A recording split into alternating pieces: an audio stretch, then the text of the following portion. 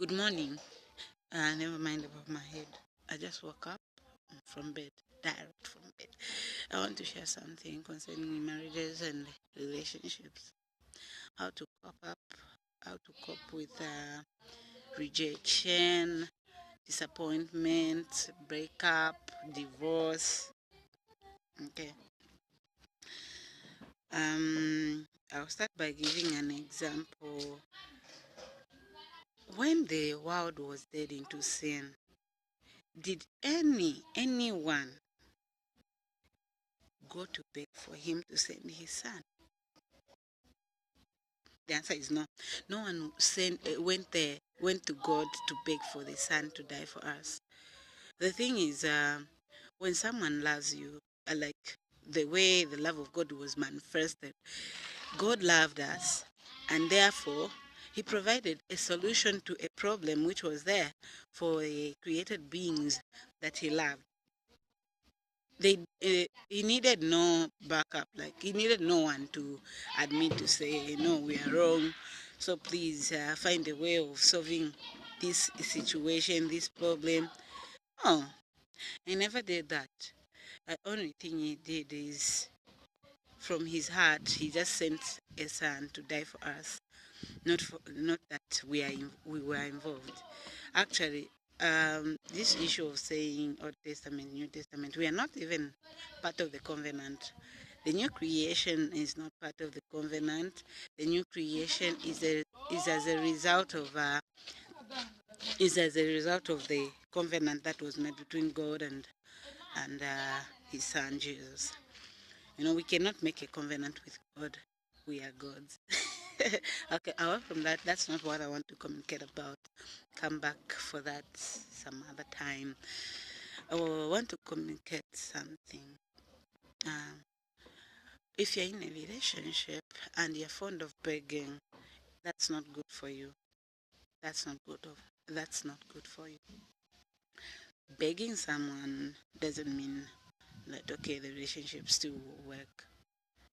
Someone who wants to be with you, who strive to make things happen between the both of you, you won't need to beg anytime, like every time it's you begging. No, I'm not saying you're not supposed to admit when you're wrong. No, when you're wrong, yes, you just have to apologize. Someone you love or someone who loves you will strive to make things happen between the both of you, regardless of what's going on and what's happening. You know, the issue is sap. Come on. Um, so it's a okay. That's my daughter. Yes, we just woke up. Anyway, as I was saying, no one begged Jesus to come and die for us. This is my daughter Sarifiandi. Gratitude. No one begged Jesus to die for us. Okay, so I'm telling you to say, if someone really wants a relationship to work out between the both of you, you will you will he or she will strive to make things happen between the both of you. You don't need to beg anyhow, you know. You don't need to be desperate. For ladies, I've been there, you know, where I say my weakness is loving too much. You can say what you want to say, don't mind. When I love someone, I just, you know, I take it as love is a decision. You don't need someone to do good for you. That's when you can love that person. You just decide to love, okay? Love is a decision according to me. So when I give my heart to someone, when I love someone, I truly love, you know? And even if someone is not even good for me, good enough for me, I don't mean that person is not, no, but I mean not good for me. People may be good, but not good for you, you know? I'll still beg, no, please, let's work this thing out. Let's work this thing out. Even when that person is the one who's wrong, I still beg, no, please. Please don't break up with me. Let's continue this. We can work these things out. But hey, the moment I learned something. It's not worth it. Begging is not worth it. If the perfect love of Jesus, the perfect love of God, we never begged for it, why should you beg for these? The the imperfect love, a love from human. You know, a person cannot love by himself or herself. A person can only love after the love of God has overflowed their heart. Okay? You can only love if the love of God is in you. We don't have love. When we accept Jesus and God being our Father, then God is love, then we use that love to love others. On our own, we cannot love. Not even God. We cannot even love God. No. No wonder we have to accept Jesus. Jesus comes into our head. Then then we love God back. It's like God loving himself back. Otherwise, on our own, we cannot love. Okay, away from that, this issue of begging a person to love you, please, just let it go. Don't beg someone to love you, don't. Because it won't work out even if you beg. Even after begging, it won't work out. That's a bad part, okay? So instead of feeding your emotion, fighting your emotions, feelings, crying, begging, you know what you need to do? Focus on self-development. Why I say self-development, there's always that passion in someone in your heart where maybe you just have the passion for business. Even when you don't have capital, you know what you need to do? Focus. Get information about that subject, learn, attend training, seminars. The time you're spending crying, instead of crying, attend seminars, attend trainings, associate with people who are involved in the same businesses, survey, Sometimes you know what I do? Since I have a passion for business, sometimes I move around, see how people are doing their thing, how they are displaying. Even those minimal things, they mean a lot.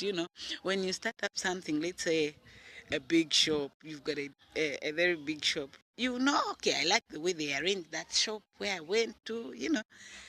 You won't need much training on that one. We do some unguided learning sometimes. So that's what you need to do. Just add value to yourself.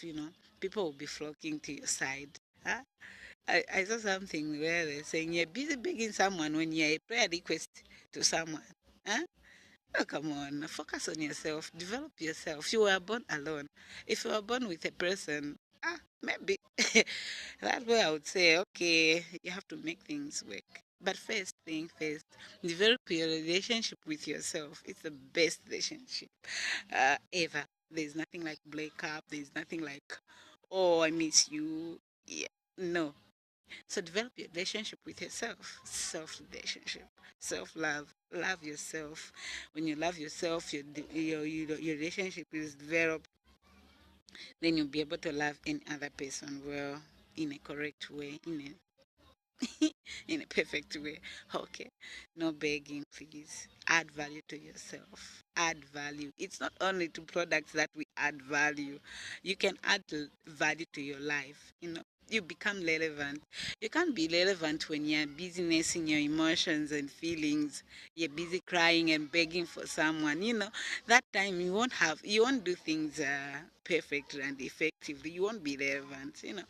The person you're begging is even moved on, is even doing some other things.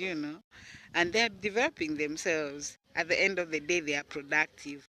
Okay, so if you want to be productive and relevant, focus on yourself, focus on developing yourself. Self-development training, seminars, they're cheap. Some of them are for free. Come on. And okay, fine, if you don't have money to pay for a training, There are a lot of people there. You can interact with someone who's doing the same thing that you want to do, or something you want to venture in. Interact with them. You've got some useful numbers in your phone.